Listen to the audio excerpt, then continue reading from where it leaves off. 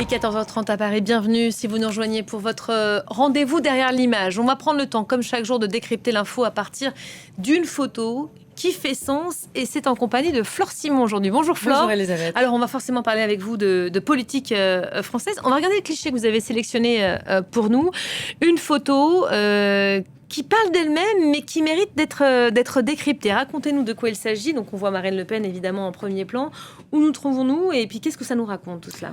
Alors nous sommes à La Flèche, dans la Sarthe, ville conquise par le Rassemblement national aux dernières élections municipales, donc c'est très symbolique. Et Marine Le Pen s'est rendue dans cette ville au lendemain de l'annonce de sa candidature à la présidentielle 2027. Donc ce qu'on voit, vous voyez la Marine Le Pen tout sourire, qui entre en campagne, ça y est, avec à côté d'elle Jordan Bardella. Donc elle l'a annoncé, Marine Le Pen, ce sera un duo, c'est le ticket d'entrée. Marine Le Pen officiellement donc candidate à la présidentielle, et Jordan Bardella, qui, si elle est élue, sera son Premier ministre. Jordan Bardella, un peu en retrait, on le voit d'ailleurs sur cette photo, mais il y a eu d'autres clichés, et puis même les vidéos qu'on voyait de lui à la Flèche, montraient quand même un visage assez impassible, voire fermé. Vous imaginez bien, Elisabeth, que Jordan Bardella, c'était quand même le plan B, et depuis des mois, et que mardi dernier, lorsque Marine Le Pen a annoncé sa candidature, forcément, c'est un humain. On peut imaginer, même si on n'est pas dans sa tête, que pour le président du RN, ça a été un peu la douche froide. Nous l'avons très bien vécu et je suis extrêmement heureux que nous puissions rentrer en campagne avec Marine, parce que des millions de Français attendent aujourd'hui le changement, ils attendent un sursaut. Après 10 années d'Emmanuel Macron qui ont fait un mal considérable à notre pays. Et donc je me réjouis qu'on puisse ensemble entrer en campagne pour offrir aux Français et offrir au pays l'alternance que le pays mérite et que les Français attendent. Voilà, Jordan Bardella qui dit aux caméras qui ont fait le déplacement « Je me réjouis ». On imagine quand même assez facilement que malgré tout, il a quand même eu du mal à encaisser tout ça. Hein. Bah oui, comme je vous disais, c'était vraiment le plan B. Il s'était préparé, Jordan Bardella. D'ailleurs, on a vu qu'il il présentait ses idées, proposait ses idées, parfois même à contrario de ce que voulait Marine Le Pen, notamment sur les retraites.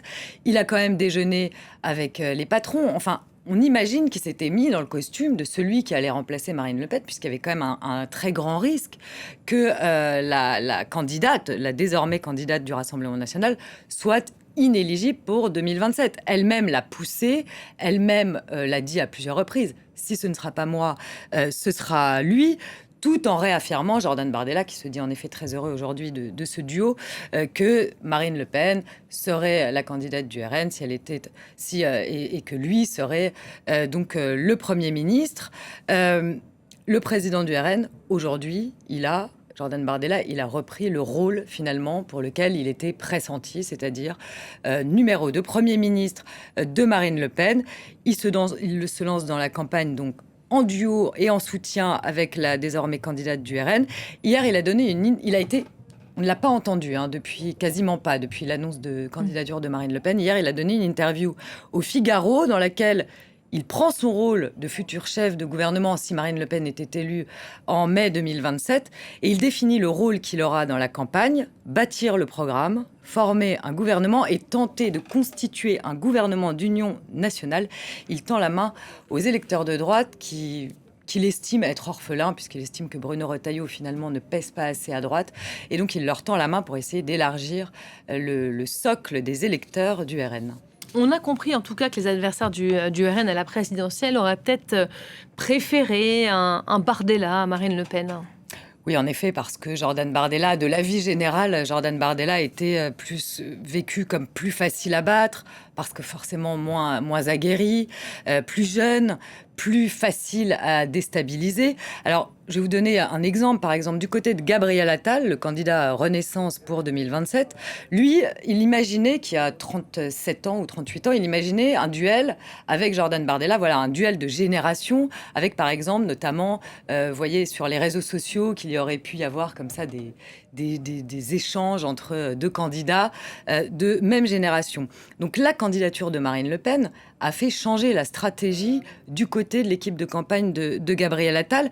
Aujourd'hui, il se positionne comme la nouvelle génération face à l'ancienne. Et puis les Jeunes En Marche, qui sont donc des soutiens de Gabriel Attal, ils ont sorti un visuel qu'on va voir à l'écran, qui pointe du doigt la condamnation de la candidate RN pour détournement de fonds publics, avec ce slogan « J'ai volé votre argent ». Donc vous voyez, ils ont changé leur stratégie du côté de Renaissance à partir du moment où ils ont su que c'était Marine Le Pen. Avec la flamme du FN, on voit en arrière. Exactement, avec la flamme du FN derrière elle.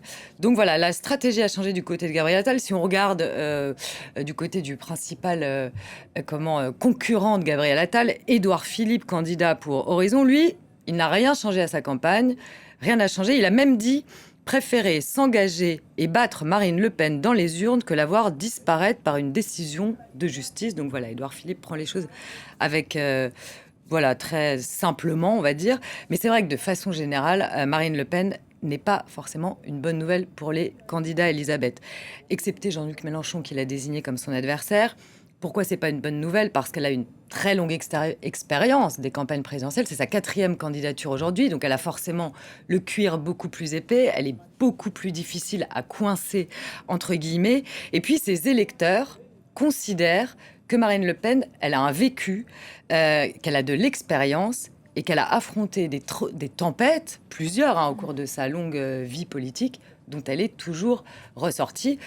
Preuve encore depuis mardi dernier, où finalement, elle a décidé d'être candidate, malgré, je le rappelle quand même, une condamnation de la Cour d'appel de Paris pour détournement de fonds publics dans l'affaire des assistants parlementaires du FN. En tout cas, avec cette confirmation, cette officialisation de sa candidature, ce sont les sondages, eux aussi, qui se réorganisent. Moins d'une semaine après l'annonce de sa candidature, elle reste donnée gagnante au second tour dans tous les cas de figure, selon un dernier sondage qui vient de paraître. Oui, sondage Elab pour la Tribune Dimanche et BFM TV qui est donc sorti hier. Donc, premier sondage après l'annonce de candidature de Marine Le Pen. Donc voilà, une hypothèse, il y en avait environ 6, j'en ai choisi une.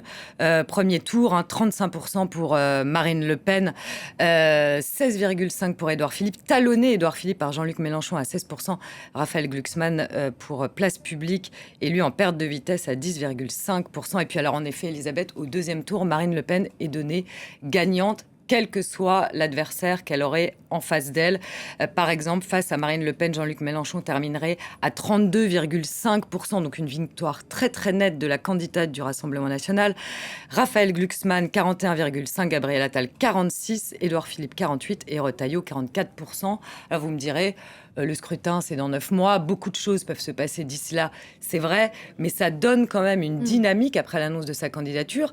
Et par exemple, il y a encore quelques semaines, Édouard Philippe battait Marine Le Pen au second tour. Aujourd'hui, on voit que une semaine après l'annonce de sa candidature, ce n'est plus le cas, ce qui montre aussi peut-être que les électeurs du Rassemblement national, elle a réussi à les rallier, et ils attendaient peut-être de voir qui de Jordan Bardella ou Marine Le Pen allait se présenter pour finalement se positionner. C'est donc chose faite, ce sera Marine Le Pen qui ira pour le Rassemblement national. Au regard de ce sondage, Flore, un mot peut-être des autres forces en présence aujourd'hui ? Alors, du côté de la droite et du centre, Édouard Philippe, candidat Horizon, baisse ou stagne dans les sondages. En tout cas, il n'y a pas forcément de dynamique pour le candidat Horizon. Lui, il est pris en étau entre, à sa gauche, Gabriel Attal, sur sa droite, Bruno Retailleau. C'est vrai que le positionnement d'Édouard Philippe dans cette campagne n'est pas encore très net, contrairement à le Rassemblement national ou la France insoumise, qui ont une ligne extrêmement claire, un socle d'électeurs très consolidé et un positionnement de rupture, Elisabeth, que ce soit la France insoumise ou le Rassemblement national, rupture avec des dizaines d'années de politique menée avec une alternance gauche-droite, et même rupture évidemment avec 10 ans de macronisme. Et puis, ce qu'on voit aussi, c'est et du côté de la France insoumise et du côté du RN, les équipes de campagne, elles sont en ordre de bataille.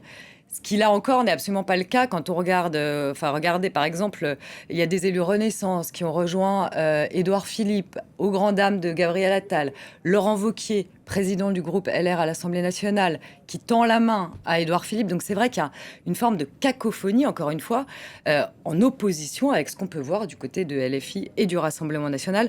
Autre remarque sur ce sondage, Elisabeth, c'est que même si, pour l'heure, Jean-Luc Mélenchon, je vous l'ai dit, était donné largement perdant face à Marine Le Pen, le leader insoumis, il risque d'axer sa campagne sur le parti qui peut gagner face à l'antifascisme. Et quand on voit aujourd'hui l'état de la gauche, les électeurs qui votent PS aujourd'hui, ce qu'on voit, c'est des divisions au sein de la gauche.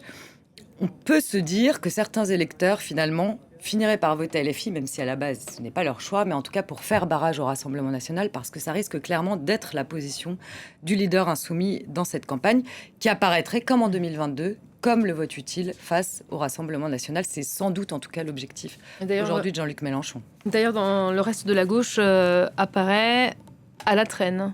Oui.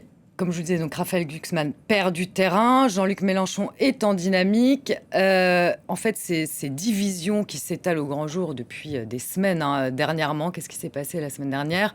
Il y a eu un vote des militants pour une primaire, soit juste socialiste avec Place Publique, soit élargie aux écologistes et au PC. C'est la ligne de Raphaël Glucksmann et Boris Vallaud qui a gagné. Donc la primaire qui devrait avoir lieu le 9 octobre, ce qui est assez tard quand même, aura lieu entre Place Publique, parti de Raphaël Glucksmann, et les socialistes. Olivier Faure a été désavoué dans cette histoire puisque lui voulait qu'il y ait les écolos et le PC. Aujourd'hui, il y a 2 candidats officiels pour cette primaire. Ségolène Royal, candidate à la présidentielle de 2007, et Philippe Brun, député de l'Eure. Pour le reste, Elisabeth, on ne sait pas. Raphaël Glucksmann, pour l'instant, laisse planer le mystère. Il donnera sa réponse à la fin de l'été. Et puis, il y a une multitude de candidats à gauche. Karim Bouamrane, peut-être François Hollande, peut-être Boris Vallaud, peut-être Olivier Faure. Enfin, voilà. Donc, pour l'instant, c'est un peu, là encore, le flou à gauche. Et celui qui bénéficie de ces désaccords, c'est Jean-Luc Mélenchon, si vous voulez, qui n'a même pas besoin de lever le petit doigt, mais qui s'appuie sur ces espèces de discorde au sein de la gauche pour en récupérer les bénéfices.